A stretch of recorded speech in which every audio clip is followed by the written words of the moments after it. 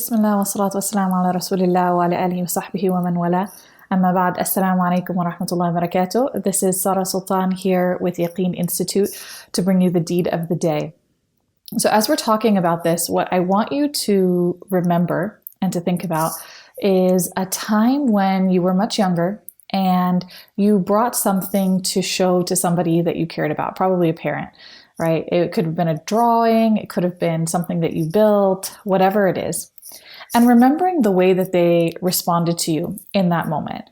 Did you get that encouragement, that support, that praise that you were looking for, right? And how did that make you feel? You know, that elation, that joy, that pride that comes with getting that sense of acceptance from somebody that you really look up to. Or did you get a response that was really negative, right? Or just kind of dismissive?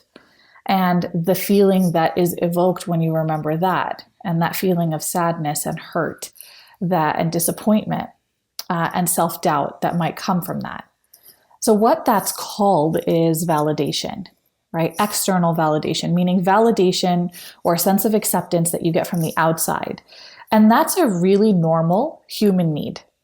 It is normal for us as human beings to want that, which is why I brought up the example of your childhood and striving for that as a child, because that's a very normal experience. So when does it then become more of an issue, which is what I want to talk about today? It becomes an issue when this need for external validation becomes something that takes over our lives. It becomes something that we need constantly. It causes us to lose our sense of identity. It prevents us from being able to confront people who have wronged us, from being able to disagree with people who might have a different perspective.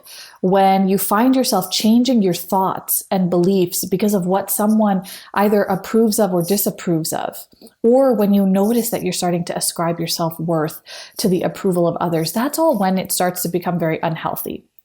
So the deed that I want us to focus in on today, that we can inshallah start to implement on a daily basis, is how to reduce our need for external validation and to realize that this goal in implementing this deed, this can be very, very impactful in our relationship with Allah subhanahu wa ta'ala. It can be impactful in a lot of different ways, mentally, psychologically, emotionally, and in relationships with others, but particularly in our relationship with Allah subhanahu wa ta'ala.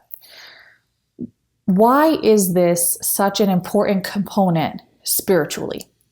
The reason for that is when we rely deeply on external validation, wanting the approval of other people, we tend to put Allah subhanahu wa ta'ala second. He's no longer at the top of our priority list if we are prioritizing the approval of other people.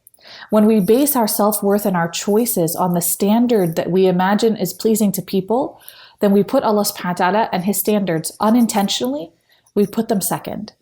And we are unintentionally telling ourselves that what people think about us is more important than what Allah subhanahu wa ta'ala thinks about us. In Surah Al-Furqan, Allah subhanahu wa ta'ala asks, have you seen the one who takes as his God his own desire?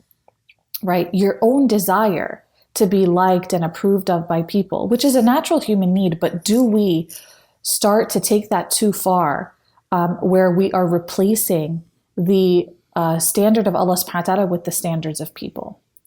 So how do we now take steps necessary to implement reducing this need for external validation? The first step in this 3-step process is to build a sense of awareness, right? You can't fix a problem unless you know it's there. So you build a sense of awareness by starting to be a little bit more cognizant and conscious of the fact that you might be striving for the approval of particular people in your life. You might be holding yourself back from certain things because you're worried about how people might perceive them. So starting to become aware of that is number one. The second step is that the goal of trying to please others, trying to get the approval of other people, is an impossible goal. And the reason why this is impossible is because people's hearts are constantly changing. Even the Prophet ﷺ himself used to constantly make dua for Allah subhanahu wa ta'ala to make his heart firm on the deen, because he knew that hearts are changing all the time. So when we realize that people's opinions are constantly changing, then we also realize that relying on a constantly changing standard makes the goal and reaching that goal impossible, right? If you had a compass and it sometimes pointed north, but it sometimes pointed south, sometimes east, west, right? You wouldn't use that compass anymore, right? So why allow the compass that we utilize for our growth and our development and our choices and our judgments and our identity? Why allow that compass to be something that's constantly changing? Because that's what the standards of people are. They're always changing.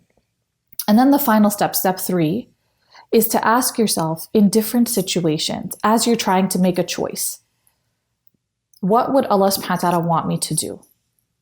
If you find yourself being drawn to another direction, realize that that's normal, but then also realize maybe this is because I'm needing external validation from other people.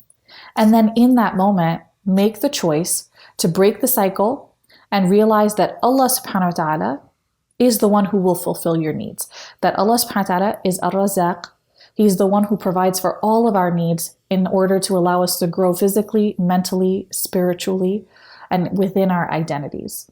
May Allah subhanahu wa ta'ala make it easy. Jazakumullahu khairan.